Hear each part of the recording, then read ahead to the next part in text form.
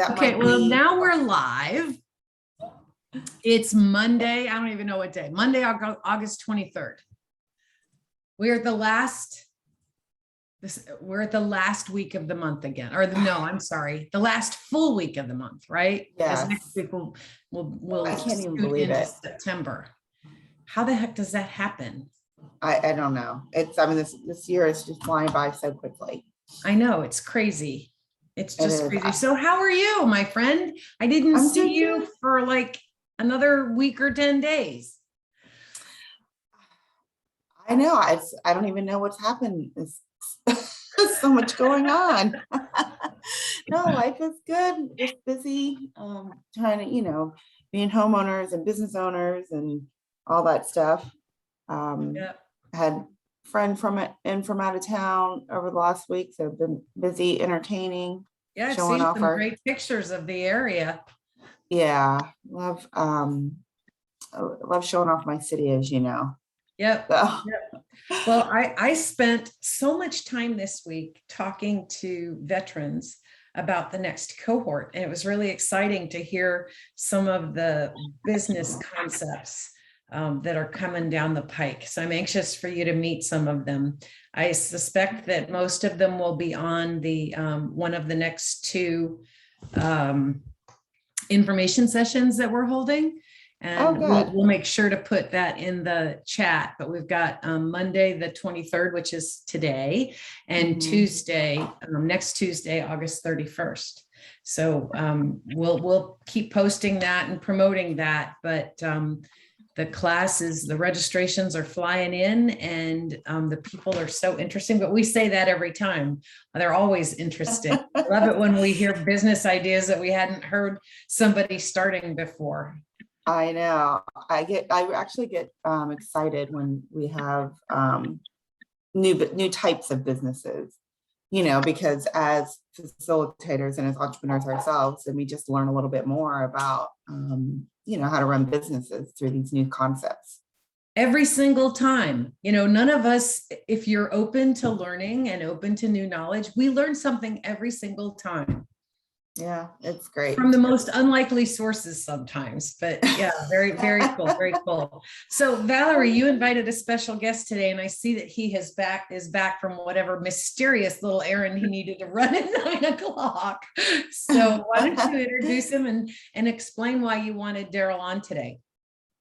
Well, Daryle, I'm not going to say too much because I want Daryle to introduce himself, but Daryle is fascinating because he is still wearing the uniform. He still shows up for service every day.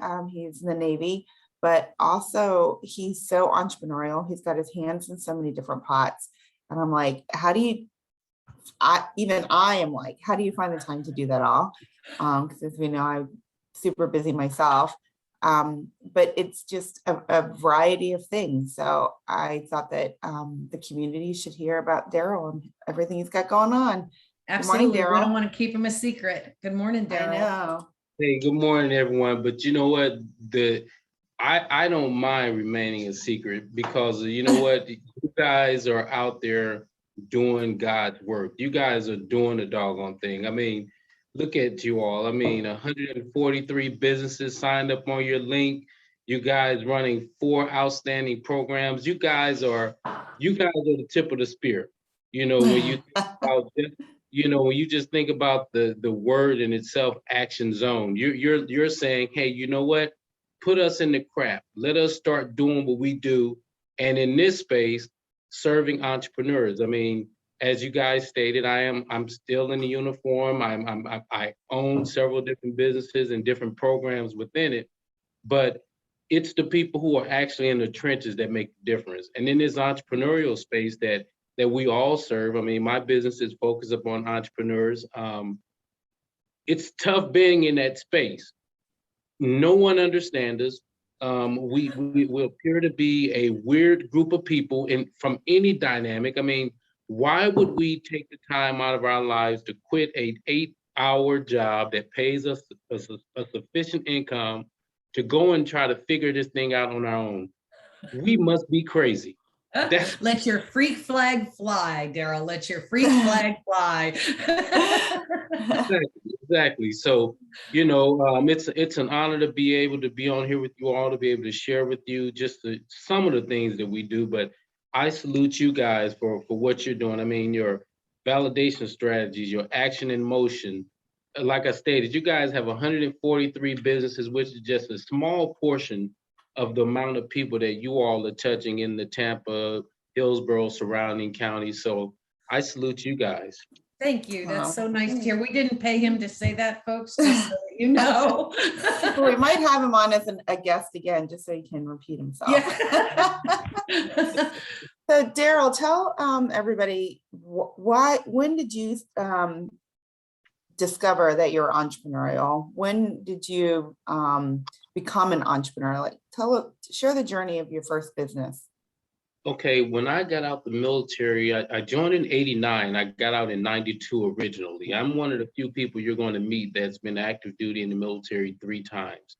But when I got out in '92 and I left San Diego and moved up to Milwaukee, Wisconsin, it was it was tough finding a job and someone who would actually pay me for what I thought I brought to the market, my value. And so from there, I began a cleaning company. I started cleaning buildings around the city. I bought a franchise, which is called Janet King franchise. I bought their franchise, and I quickly started realizing that although franchising was good, I was too immature to fully understand all that it had to offer. Now, as I've gotten older, I recommend franchises to a certain degree. But I started way back in '94 down this voyage, and it went from owning a franchise to owning a business that my wife and I started called Mail Plus, which was synonymous to a mailbox, et cetera, or what we see today as the UPS store. And then we went from there to I was a broker with an insurance firm, which then said, well, you know what, I can start this on my own.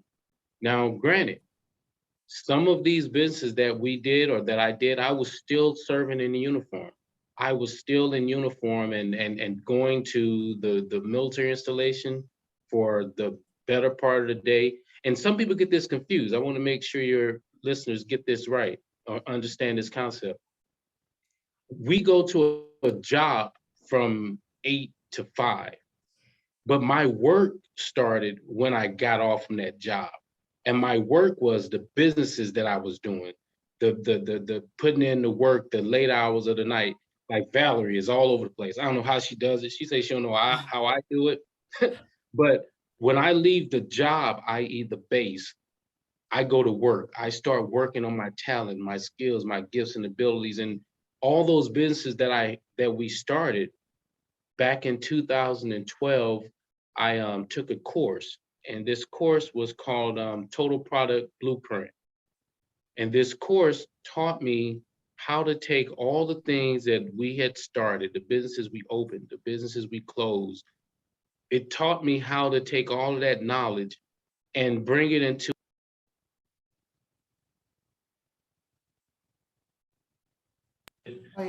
it took me to the aspect of consulting. And in the consulting aspect of it, I learned how to monetize all that I've been through. I have a t-shirt that says honor the struggle, because some people will see what you're going through and won't fully understand what you went through. They want to covet you where you stand, but I'm here to tell you, I've had evictions. I've had to stand on the side of the road when the police repossess my car. I've had to go through all these many things to get to where people will see you at. But in that course that I took, it taught me how to take all that I went through, the closing of the businesses, and now began a consulting firm, which is what we've been doing since 2012, consulting business owners all from the East Coast all the way up to the West Coast. And we've been enjoying the ride ever since then. Well, I love that your openness to share some of the challenges that you've had, because, in Action Zone, in order to be a facilitator, you have to be an entrepreneur, have been an entrepreneur, because, the evictions and vehicle repossessions because of, challenges you've had in your business, like there's no MBA or PhD in business or entrepreneurship that can teach that, you know, the resiliency, the heart and the grit to get through those situations, get past those situations, and still want to be an entrepreneur. I mean, you're right. People do think we're weird. We are. We are. There is a certain strand in our DNA that makes us like fighters, right? And just not giving up. Wow, that's so amazing, Daryle. So tell us about your magazine and what inspired you to start Tampa Pioneer. Okay, so this will be the first time I've really told this story in a public setting. Oh, well, we thank you for sharing it with us. Celebrate. You know, I'm honored because, you know, I've learned in this vulnerability space that I'm standing in the gap for someone else, someone who may or may not been able to withstand the darts and the fiery, you know, darts that are thrown at them. So back in 2020, I was scheduled to retire from the military. And in my retirement aspect, I had started working my business on a full-time basis. We had seen some advances in some spaces that we were trying to get into. And all of a sudden in July of last year, I get a phone call from the military saying, hey, we have a problem. I say, what do you mean you have a problem? And they said, well, we're looking at your record and everything as we're wrapping up, getting ready to process your final paperwork for retirement. We realized that the math doesn't add up. I said, well, that can't be true. So I kind of like got off the phone and hung up, like, click up, nope, not true, not taking that. And so then from there, the person called back and was like, no, we have a problem. I show that you only have XYZ amount of years and you're short like a year and a half to 2 years. So I was like, okay, let me check into what this person is talking about. So I went home, pulled up my DD-214s, looked at everything. I was like, oh, they're correct. They were correct, but this error happened all the way back in 2009. So I got into a funk. I mean, I'm talking like, you've got to be kidding me. I mean, I contacted the VCNO's office, the Vice Chief of Naval Operations. I contacted everybody I could to fight this issue, because my history had been, it's been tough getting to this point in so many words. So in order to get unstuck and get out of that state of mind, when I was in San Diego, I was writing for an entrepreneurship magazine. And, you know, it was a great magazine, one of San Diego's only entrepreneurship magazines, and I had the luxury of writing for them. And when I moved back here, and before I got back here to the Tampa market, I realized that Inc. magazine had wrote an article about Tampa being like the #2 city in the country for entrepreneurs. I was like, wow, how is it that we have an outside source talking about our entrepreneurs and we're not talking about it? So I said, you know what, in order to get unstuck, let me pull on the skill set I had in the past. And that was, we used to own a magazine. We did some magazine publishing in Milwaukee. And so I decided, you know what, I'm going to start interviewing Tampa's entrepreneurs. And we came up with a magazine called Tampa Pioneer, Tampa Bay's only entrepreneurship magazine. And we highlight entrepreneurs in 3 facets: veteran-owned businesses, women-owned businesses, and younger youth. We have a program that's called Yes You, that stands for Youth Entrepreneur Startup. So we encompass all those stories, tell the stories. We have the luxury of interviewing Valerie, some more board members with Action Zone, and it has been an outstanding experience. I mean, the things you learn, I mean, about the entrepreneurs and the plight that they've taken. I've talked to people who've had their homes foreclosed, people who have been in prison for 9 years, and now they're out running successful businesses, hiring people who would not have necessarily been given the opportunity to run a business. It's been a great experience with that magazine. It has been outstanding. That is awesome. So how long before the first publication had you been interviewing entrepreneurs, you know, getting them to open up? I mean, take us on the journey from the idea and how you just decided on who would be in the first publication. Okay, so last year when we, like I said, it was roughly around the same time frame, and in the August era, it was the 100-year women's right to vote. And so I wanted to highlight 100 women-owned businesses in the Tampa market. And so I reached out to someone, I made a Facebook post, hey, anybody know how to do Illustrator or interested in writing? And I got a response.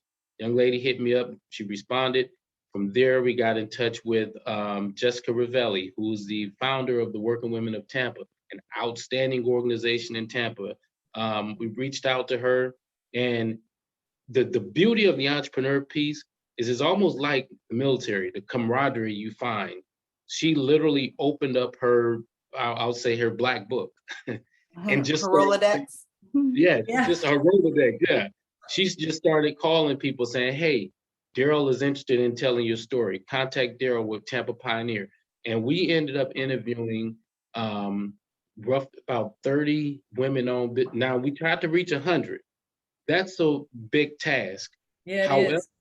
yeah, that's a great big task. And we were fortunate to meet roughly about 30 and publish their stories and tell how they came, how they became. And it was such a dynamic experience. And from those women, they have reached out to their networks, and I still reach over to them to reach out and say, hey, do you know someone else? Again, because it's all about the network. It's all about who knows you versus who you know. And so that's what they've been to us. And from there, we produced our first issue in December. So it took a minute to get our printing lined up, to get the graphic design lined up, to actually, you know, when we do the interviews, much like this interview, we have to go back and transcribe that interview and then put it in a story. And what we try our best to do is to send that story back to the interviewee to make sure that we're not defaming or missing anything, because that's the last thing you want to do is tell the story the wrong way. But that may not happen all the time as we have progressed. Sometimes it takes a little while to get that feedback. We just have to throw out a disclaimer before we go forward with that story. Daryle, that story illustrates is that true entrepreneurial spirit of, yeah, bad stuff is going to happen. You're going to get into a funk. You may not be able to make all the stars align the way you want them to, and you might not be able to connect the dots today. But that doesn't stop you from continuing to try and continuing to try. And I'm just so inspired by that. That's what I see in the people that come through our programs. And when I'm out at networking entrepreneurial events, are these people who just don't give up. It's just kind of a crazy trait in that DNA strand that you talked about. You know, our service members, when I started a program, it's called, in my company, the SwitzerHych group, we have a program that's called Uniform to Suits, teaching service members how to transition from military to entrepreneurship. Now, my position in the Navy for many years has been a Navy counselor, whereas I talk to people during the transition process, I talk to them when they join, and I talk to them while they're serving to figure out how their career is going to go. One thing I have always tried to project to transitioning service members is this: you have worked for the world's largest organization. There is no reason for you to leave the world's largest organization, be it the Army, Air Force, Marines, or the Navy. There's no reason for you to get out and go and look for a job. You have everything it takes to start your own business. The only problem with that is no one has told you this for the tenure of time that you've been in. And so we go with our first training is teaching you about your mindset. If we can shift your mindset from being in a servitude position to now being in a position to serve others, i.e. in the entrepreneurial space, if we can do that mindset shift, we change the world. We change the world with our service. Yeah, that's funny because that is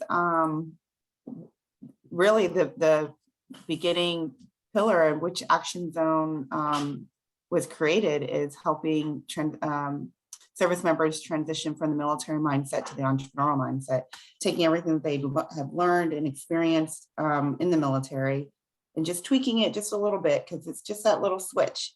Then the light bulbs start going off. And they're like, oh, I got this. I can do it.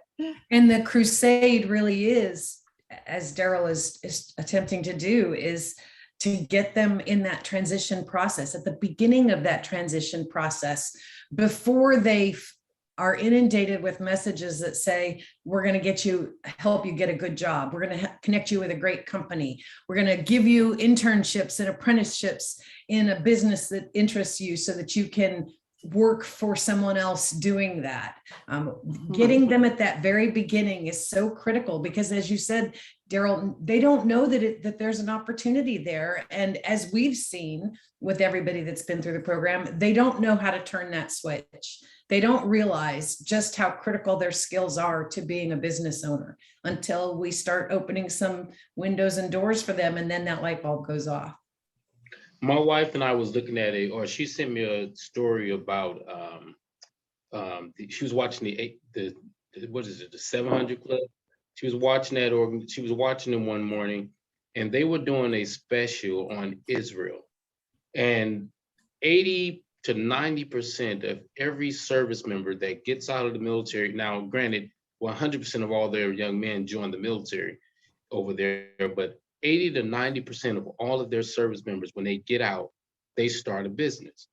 And I was like, wow, when I looked at that documentary, I was like, hold on, time out, the math's not adding up. Why is that not happening here? And then tying this whole thing into a ribbon and tying it into a bow, come to realize that in Tampa, they have an organization called FIBA, which is the Florida Israel Business Accelerator. Now, they're sending their greatest to Tampa to learn what Tampa has to offer, which is entrepreneurial. And I said, the math's not adding up. Why aren't we taking our service members who has everything it takes, the mental turpitude, the access, the skill set, and we've gotten put in a trick bag to say, go get a job, go back to school. I call it a trick bag because we have everything it takes to do the business. We just gotta be told it early enough, get it into our psyche, and put the tools there so that they can move forward with it, and stop telling our service members to go get a job. We don't want a job. We want to. We've been leading this thing for a long time. Even the guy who's did 4.5 years, he has what it takes to lead a business and an organization. Valerie, you know the stats, and I've heard you say these at Bunker Labs presentations in the past. What is the picture of the World War I and World War II vets that came home from service and started jobs versus what's happening in more recent times? Yeah, after World War II, just shy of 50% of service members who left service started their own business. Post 9/11, I think the new statistic, it dropped from 4.5 to 3.8 or 3.9% now. And, I think that for some service members, you're serving your country and you have, this career, you got the paycheck that, you can depend on. Then you get out of service, you've got family members, it's, spouses where it's their turn for their career. You probably have kids that are high school going into college. So the thought of entrepreneurship is, kind of scary. You've got all these responsibilities. And I think that for some, the transition from military to entrepreneurship and, thinking it might not have the structure or, and the pay that they need, they tend to not really show much interest in it. But Rosie, as we know through Action Zone, they've been out for 6, maybe 8 years. And then they're like, okay, I don't want to work for anybody ever again. Challenges with assimilating to civilian culture or underemployed, their spouses' careers taken off, their kids are, moving on. And then they're like, okay, I'm ready. I'm ready to do this. But what we would like to do, and to Daryle's point, is plant the seed before, helping them realize it isn't a viable option. And whenever you're ready, organizations like Action Zone and Bunker Labs and Schweitzer, or Daryle's company, ready to help them. Yeah, definitely, definitely. And what a lot of times what we see are those, excuse me, those older generation, I say older, those midlife generations. So funny how your perspective changes with every birthday. Of the midlife generation that has, they've done what they thought was their obligation after service. And that was, as you said, get their kids through school, get their family life situated in the new phase of their life. And now they're like, okay, now it's my time and I can do this. And I want to do this. I see that a lot. And Daryle, I think you're already aware of that. I have Action Zone Academy, and I do a lot of workshops and mentoring for seniors that are starting businesses. The encore business, the encore of their careers, and now they want to start a business of their own. And it's that same enlightenment after working corporate for so many years, or even retail or whatever they did, to say, okay, now it's my time and this is what I want to do. And I want to do it before it's too late to do it. More people than not have this bucket list that they want to accomplish before the end of their life. And the more I talk to people, the more it seems that owning a business of their own of some sort is always on that list.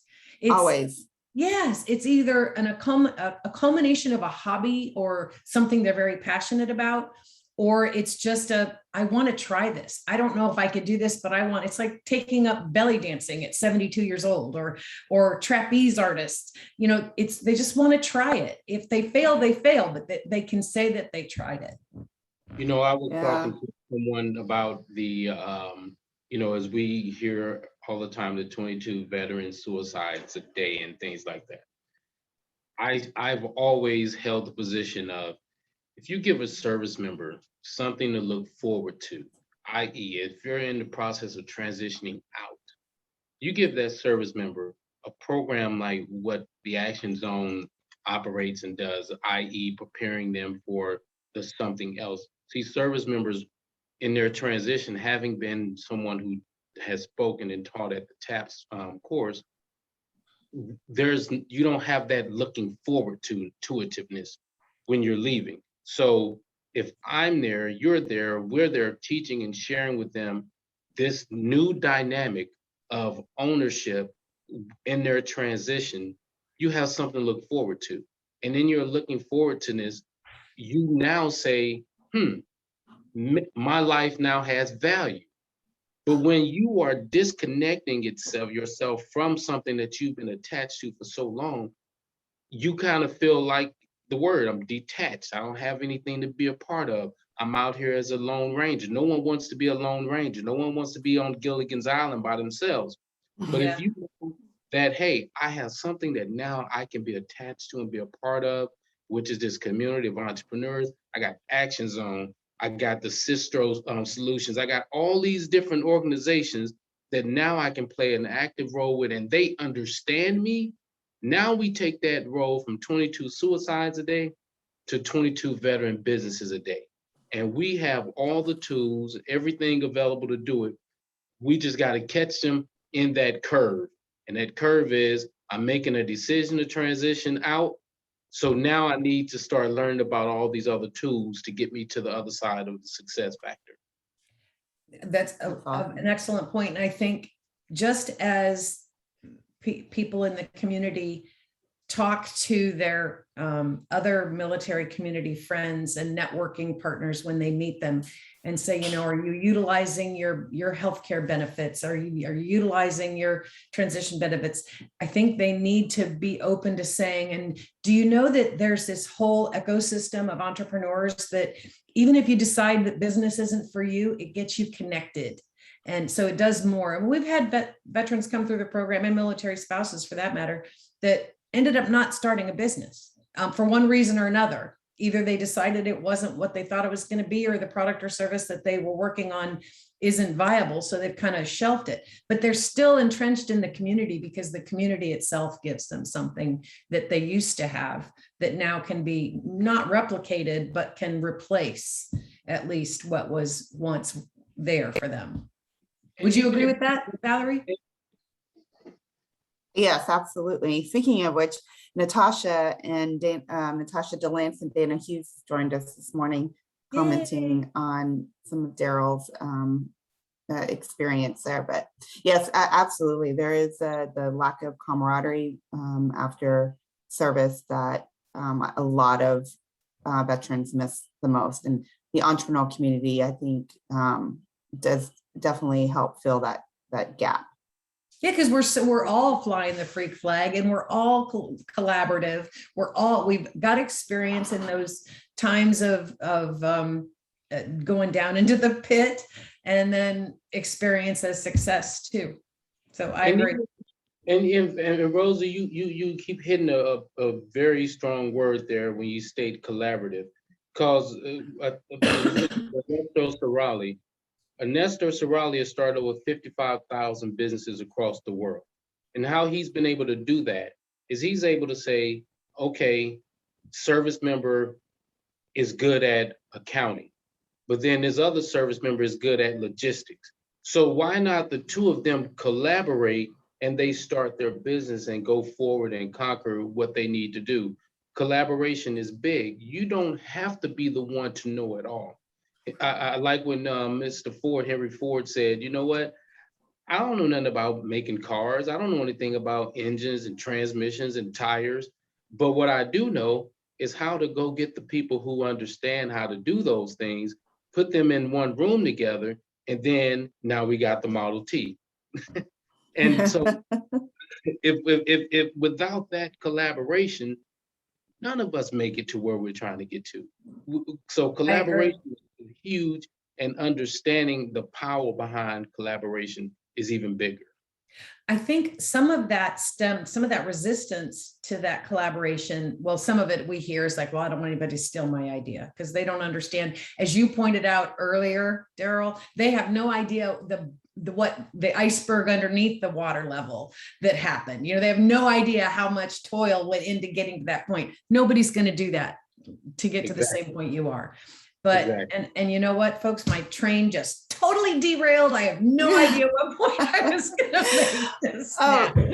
You were talking about how some the people that are resistant to collaboration. Yes. And so they don't the part of the resistance is they're afraid somebody's going to steal their idea. The other part is, and I think this is especially true of the military community, is they don't want anybody to know that they failed at something, or that they don't know something, or that they need help with something. And if there's anything, and I think that's the one thing that we really try to impress upon them, is that when you were in the service, you had a whole team that helped in a mission. It wasn't just one man for himself. And you use that same mentality in building your own business and collaborating with others to help them build theirs. And then the mission is complete. Then the mission is a success. And so we have to kind of retrain that mindset that failure is a part of this, and seeking help is a part of this. And it ends up at the end, I'm really Italian today, aren't I, with my hands? It ends up at the end that you find success, and it may not look like what you thought it was going to look like when you walked in the door, and that's okay too.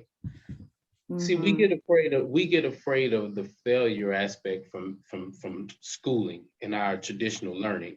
So when you get an F on the test, everyone looks at you in some negative way. It starts in elementary, kindergarten, and all that. And so you keep that all the way up through collegiate experiences. You failed the test, and you get that taboo. And so now people are afraid of the failure. But just like you said, failure is part of the success equation. We go by Chick-fil-A.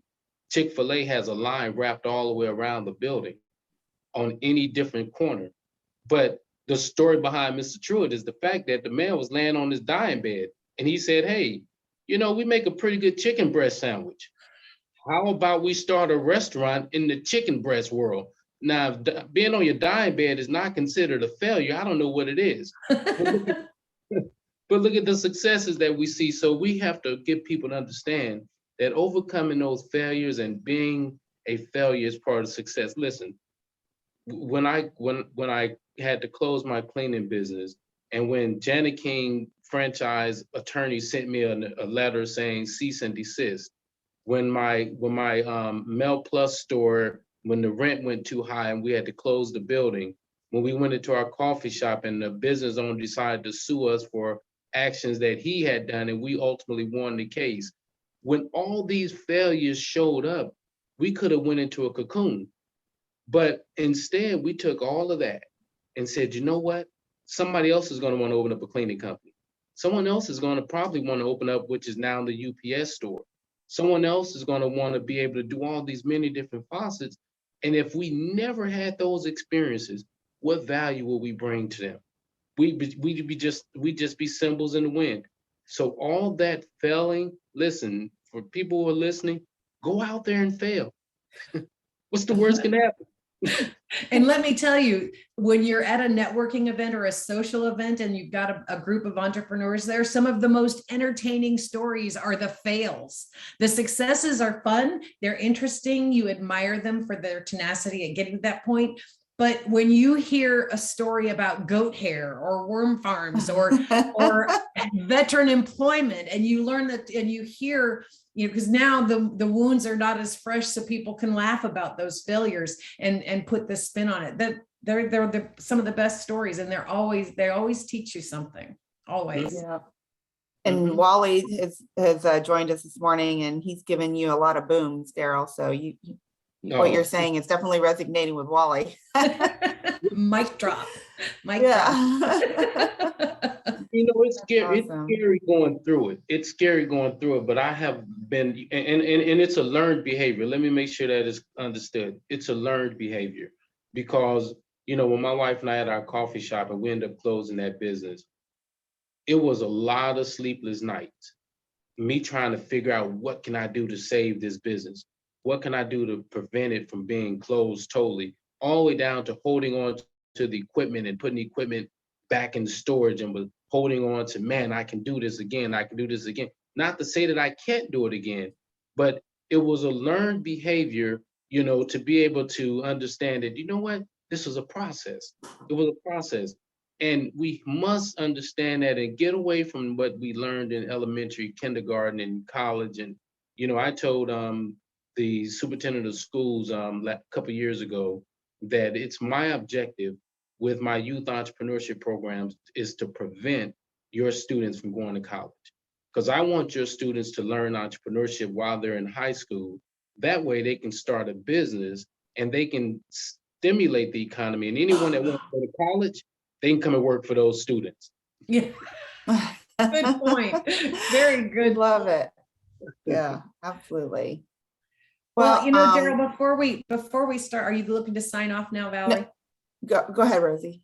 I just want to say before I forget, I think we might have met in San Diego. Did you ever hang out at the Officers Club at the Naval Station? Because I spent a lot of time there in like 89, 90, 91. I did. I was out there in 90, 91 in the, probably not in the Officers Club, but I was over in that area though. When I saw the dates, I was like, oh man, I wonder if we had a drink together all those decades ago. Rosie, always popping in with a surprise about your past. Hey, we had a CO and a private that hadn't seen each other for like 15 years in one of our cohorts. And any surprise could happen. That is true. Rosie, I did hear of your organization as I was starting the Tampa Pioneer.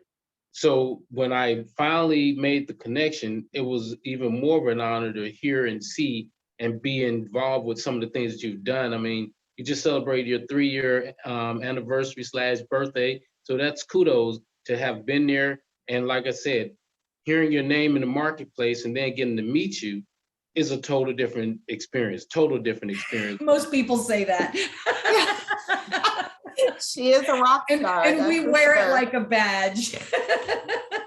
She is a rock star. That is so awesome. Well, Daryle, thank you so much. I know you're probably have your uniform hanging on the back of the door. You got to get to work. yelling at some sailors. But thank you so much for joining us and sharing your story and your journey. It is an honor and a privilege to work alongside you in this ecosystem. Yeah, I'm so glad we got an opportunity to meet, and I think the future looks very bright for what we can do for entrepreneurs by collaborating. I'm looking forward to it. Well, thank you all. Thank you all for taking the time and having me come on. Working with you all has been great. The world is so small, Rosie. I don't know if Valerie told the story. I'll tell this and I'll wrap it up. I'm at my birthday dinner, and I get a phone call from a friend of mine that I hadn't talked to in 32 years. Oh, wow. And he calls and he says, "Are you standing next to Top?" I was like, "What are you talking about?" And now he and I just connected via Facebook maybe 4 months ago. And he says, "Are you standing next to Top?" I was like, "What are you talking about?" He said, "Valerie, where do you know Valerie?" He said, where do you know Valerie from?" I said, "Valerie who?" He said, "Valerie who?" I was like, "I'm standing next to her now. How do you know her?" He was like, "Ask her, just call her Top." And I said, "Top." And she looked up. I'm like, "How in the world did you guys know each other?" He and I, we're from East St. Louis, Illinois. I'm standing in Tampa, Florida. I just met Valerie and he's asking me about her. Come to find out they served downrange together. Very small world. Yeah, it is. Yeah. It really is. And they went to high school together. And yes, and he and I served together. Yeah, it is a small world. Yeah, well, everybody knows Valerie. Everybody knows Valerie. And most that do certainly don't want to, I'm sure. Well, let's put a nicer spin on it. They remember the occasion. Oh, that might be more true. Well, we hope everybody has a great week. This has really been a wonderful way to start it. And I thank you, Daryle. And Valerie, I hope I get to see you sometime this week. I don't know. I think we have an in-person, whiteboard session Thursday afternoon. Yep. Sounds good. The evening. Yeah. Okay. All right, my friends. Everybody have a great week. It's good to see y'all. Thanks for coming. Bye. Bye-bye.